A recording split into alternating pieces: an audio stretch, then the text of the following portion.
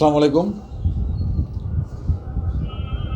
আমি মোহাম্মদ আকমল হোসেন, পরিচালক Mirpur carat coaching. আমি সবাইকে জানাচ্ছি অনেক অনেক শুভেচ্ছা এবং অভিনন্দন। ঠিক আজকের এই মুহূর্তে আমার সামনে যারা উপবিষ্ট, তারা শুধু আমার স্টুডেন্ট না, তারা দেশের সম্পদ বা দেশের ভবিষ্যৎ। অর্থাৎ বাংলাদেশ ক্যারেট কলেজ ভর্তি পরীক্ষা 2026-এ যে সকল ছাত্রছাত্রী পরীক্ষা দিয়েছিল, তাদের মধ্য থেকে যারা চূড়ান্তভাবে সফলতা অর্জন করেছে, তাদের মধ্যে তারা কয়েকজন।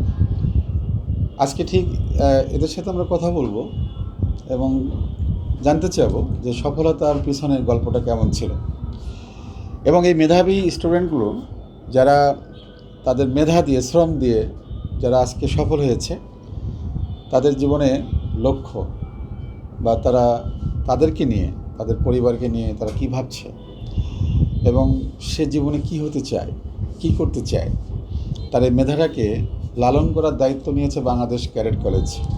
আর বাংলাদেশ ক্যাডেট কলেজ যাওয়ার আগ পর্যন্ত আমরা সবাই মিলে দায়িত্ব নিয়েছিলাম, পরিবার, শিক্ষা প্রতিষ্ঠান, কোচিং সেন্টার, শিক্ষক শিক্ষিকা সবাই মিলে।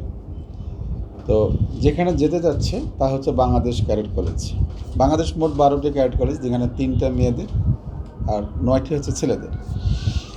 এই ক্যাডেট কলেজে যারা চান্স পেয়েছে তাদের সংখ্যা নির্দিষ্ট।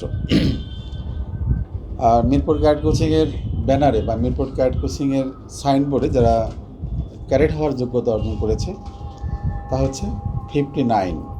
অর্থাৎ 2026 শিক্ষাবর্ষে মিরপুর ক্যাডেট কোচিংয়ের এই সেবায় বলি, শ্রমে বলি বা চেষ্টায় বলি, যারা ক্যাডেট হওয়ার যোগ্যতা অর্জন করেছে, বাংলাদেশ ক্যাডেট কলেজ প্রতিটা কলেজে সাধারণত 50 জন করে ক্যাডেট নেয়, অর্থাৎ 12টা কলেজে 600 জন।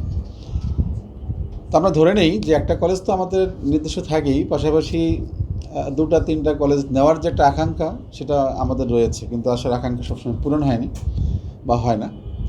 তো আজকে যে কজন এসেছে তারা এই মেইন ক্যাম্পাসের তারা পড়াশোনা করেছে, এবং তাদের সাথে আমরা তাদের কাছ থেকে জানতে চাইব যে তারা আসলে কী করতে চায় জীবনে, কী হতে চায়। ক্যাডেট কলেজ এমন একটা প্ল্যাটফর্ম, যে প্ল্যাটফর্মে গিয়ে তার মেধাটাকে লালন করার সুযোগ দেবে এবং সে নিজেকে গড়ে তুলবে। ক্যাডেট কলেজের ভূমিকা, ক্যাডেট কলেজের যে কালচার বা ক্যাডেট কলেজের অ্যাক্টিভিটিস, এটা অনেকেরই জানা। তারপরে আমি ধরে নেব যেখানে ডিসিপ্লিন, যেখানে নিয়মকানুন শক্ত, সেখানে জীবনের সফল হওয়ার বিষয়টা খুব সহজ। আমরা এই জন্য বলে থাকি যে কঠিন প্রশিক্ষণ, সহজ যুদ্ধ। তো ঠিক এই মুহূর্তে আমার সাথে আছে আমার বিভাগীয় প্রধান আল্লাহ চৌধুরী ইংরেজি, আমার বিভাগীয় প্রধান বাংলা শরীফুল ইসলাম, এবং বিভাগীয় প্রধান গণিত বোরহানুদ্দিন। সেই সাথে আমার সম্মানিত অভিভাবক এবং অভিভাবিকারা আছেন, যারা শুধু অভিভাবিকা না, তারা সফল মানুষের গল্প শুনতে ভালো লাগে।